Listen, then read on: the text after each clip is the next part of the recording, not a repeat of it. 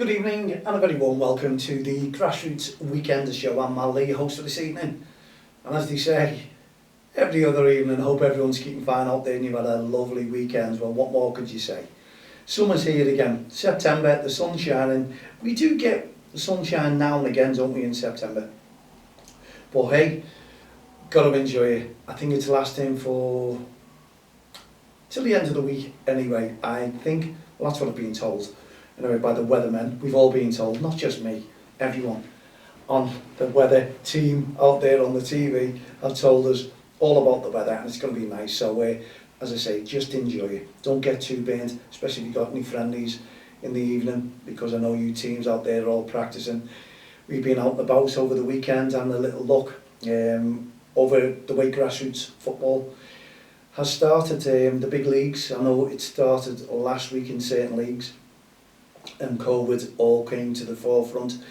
But we do know, yes, we do know that COVID is here and it looks like it's here to stay for a long time. Everyone is talking about lockdown again. Please, please, I don't think we could all face that, could we? I don't really do, because everyone's going to be cut short.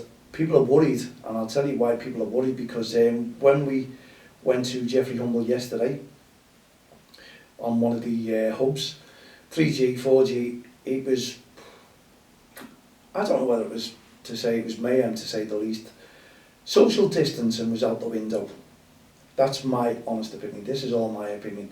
No matter what you do to try and tell people what to do, you can speak a million times about how it should be organised, how you should do things. Then it just goes out the window. People just forget and just say, do you know what, I'm back into happy mood now. No COVID-19, it's not around me. I'm on the boat watching football. The kids are enjoying it. Yes, the kids are enjoying it, but we have to make sure that we don't mingle in with everyone, which was happening, unfortunately. It started off where the temperatures were being taken, and then what happens in grassroots football, especially in one of the hubs, is where literally hundreds of people just turn up, and it's just impossible to take everyone's temperature. And really, if you're going indoors, yeah, fantastic, you should do. But if you're outdoors, I don't see the point in taking anyone's temperature, to be honest. So it was changed and the gates were opened. And you ever been in an all-inclusive when you've been on holiday, like a cattle market, isn't it? You know, the gates open and everyone feels free to come in. It happened, and you just looked around and just people were mingling, and it's frightening. If this COVID-19 is really as serious as what we make it out to be, and obviously it is, you know, you can see it, then we're going to have ourselves to blame, because when you're going into crowds, you're supposed to keep your distance, social distancing, 2 metres at least if you can, especially watching the football. Now, in the hubs, the kids are protected on the 3G pitches. Parents should not be on there, by the way, but they do go on there. They should be behind the barriers. Fantastic. And especially if some of the pitches are not full, that means there's loads of room to stand to watch your child playing football. But unfortunately, it didn't happen. And everyone was just mingling in and talking away and supporting, great support, and that's what we want, encouragement. And I noticed there was a handful of supporters who were letting themselves go to, like, lockdown was over and I can let myself go, I can shout and scream and let the whole world hear me. As far as I'm concerned, my child's playing football, smile on the face, I'm out, I'm free, here you go, shout and scream. And I don't think it's good for anyone, because everyone around and about can hear you. And if it was all encouragement, it'd be fantastic. It's disputes about, oh, was that in, was that not in, that. And you can do without all that, but you know, social distancing again was out of the window. But what I must say is the committees of the Liverpool Saturday League, it was unbelievable. They were brilliant. They had everything to a T. They were wiping down the goals beforehand. They were shattered. Don't forget, these people are voluntary. This is before you teams came there, if you were there playing there yesterday, on Saturday. As far as I'm concerned, I just think they were outstanding. I was watching, I was taking it all in, because obviously I wanted to report back what the first day for me and grassroots football would have, or was like. It was great to see up and meet up with a lot of people I haven't seen for quite some time. But I took a back seat, I stood back, and I watched, not in horror, but just probably a little bit worried as to what we've got for the future, because next week we have the Watman Kirkdale Junior Football League, and that's a lot bigger. Now, crowds I'm talking about, there'll be a lot more crowds coming in and making a difference. We're talking about trying to segregate teams. The committee's had it all to the T. Even the staff in the Geoffrey Humble Centre, what can you do? They're all trying their very, very best. Tanu's system was on, they're trying to put the messages over as well as to how to behave and how to come off. Now, some team managers, now come on, you've really got your time limit here, because you're supposed to really get off that pitch as soon as the game is finished. Have a quick talk to your players, get on there, and for the next team to come in, because they all have to wait. It's not happening.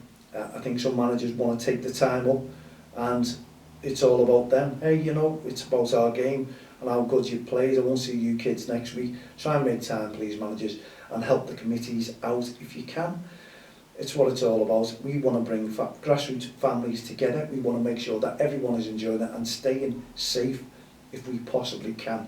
Everyone needs to stay safe whenever you go, not just in football, in every sport and activity. Out and about, if you're going out on the town and you're having a meal, we all need to now watch what we're doing, because masks are on, masks are off. It's still confusing to me. It's a worrying time, it really is, because we thought we got over COVID-19 and the lockdown, but now we're all talking about COVID-19 coming back again. Just having a sip of tea, if you don't mind, folks, because it is a bit thirsty here. People are saying, what are you doing, sipping tea when it's lovely out there? It should be water. Well, I've had a bottle of water as well, but I just like my Earl Grey. I just think it's something different, and I'm just used to it. It's as simple as that. But come on, anyone out there, out and about, going to grassroots football, respect the committees and the work they're doing. Managers, coaches, please, trying to do, they're putting out emails, they're telling you what they expect of you, what they want of you, and as I say, they were shattered. I could see it in them. They were there very, very early indeed. Must have been 7:30, 8:15. They were there. I was there taking the back seat, as I say, watching everything that was going on, and I could see the containers and a big tent there that's going up. Hey, it could be great if that's where the COVID testing is going to be, turning around the corner from us now. Yeah, it's all coming together, I suppose, but maybe it shouldn't take any getting used to. This should be done first time. It's been rammed down our throats for months and months to say what you should be doing, how to stay safe, what to do, the guidelines, they're all there, and the FA put guidelines out to follow as well. We just need everyone to adhere to them and everyone to follow them if you possibly can. Right, what about our guests in the studio? Wow, over the weekend as well. Great, thank you very much, by the way, to the teams, to the kids, to see some great football, and the referees as well, who were unsure. It was, it looked like a full team of referees, so well done.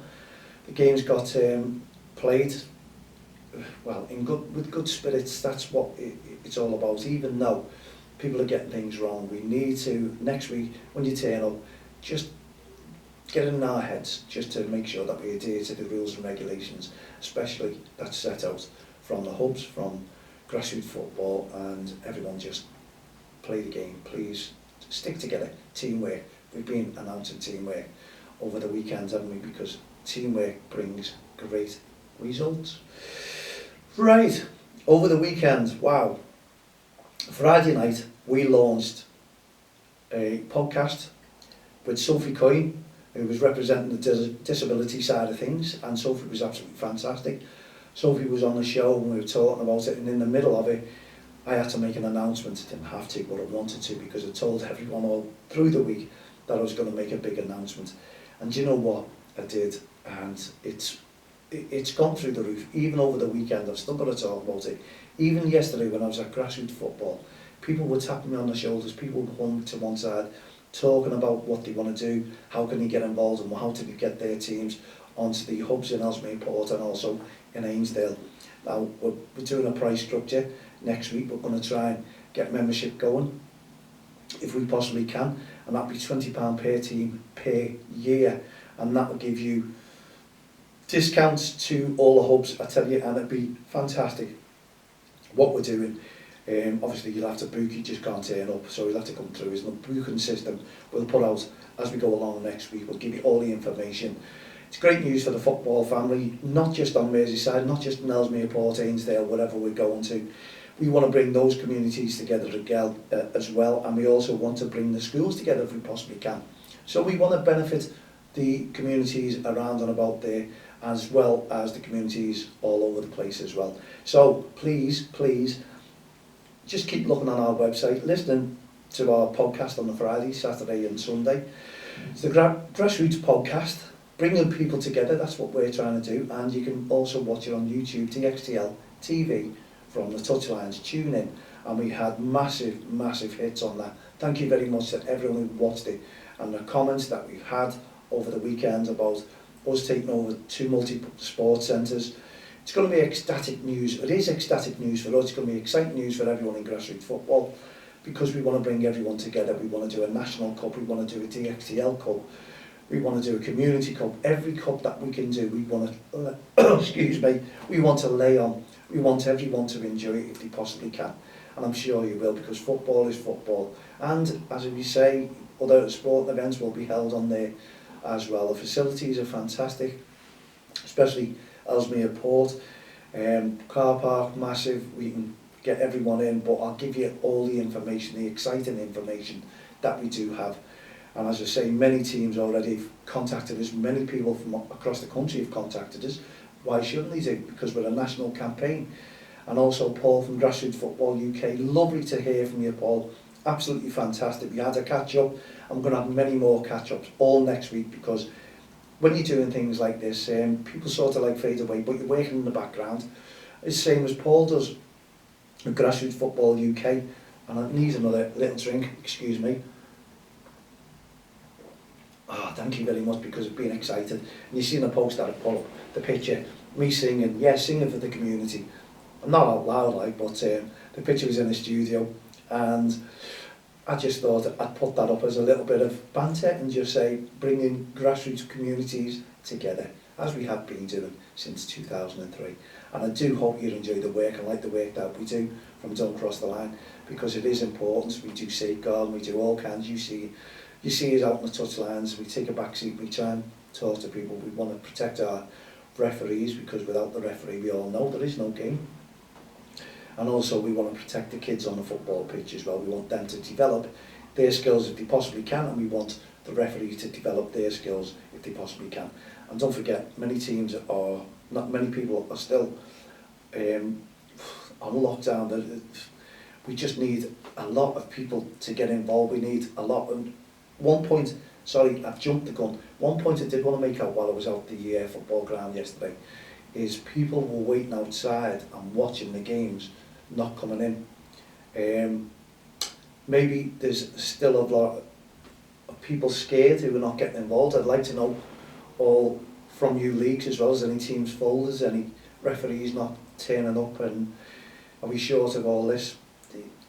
It's hard, isn't it? So just give us some feedback anyway from what you think about what we're doing, taking over these hubs as well for yourselves, and COVID-19 in general. We just want grassroots feedback from you. mal@don'ttexttheline.com. Add me as a friend on Facebook, Twitter, LinkedIn, all the social network sites, please, if you can.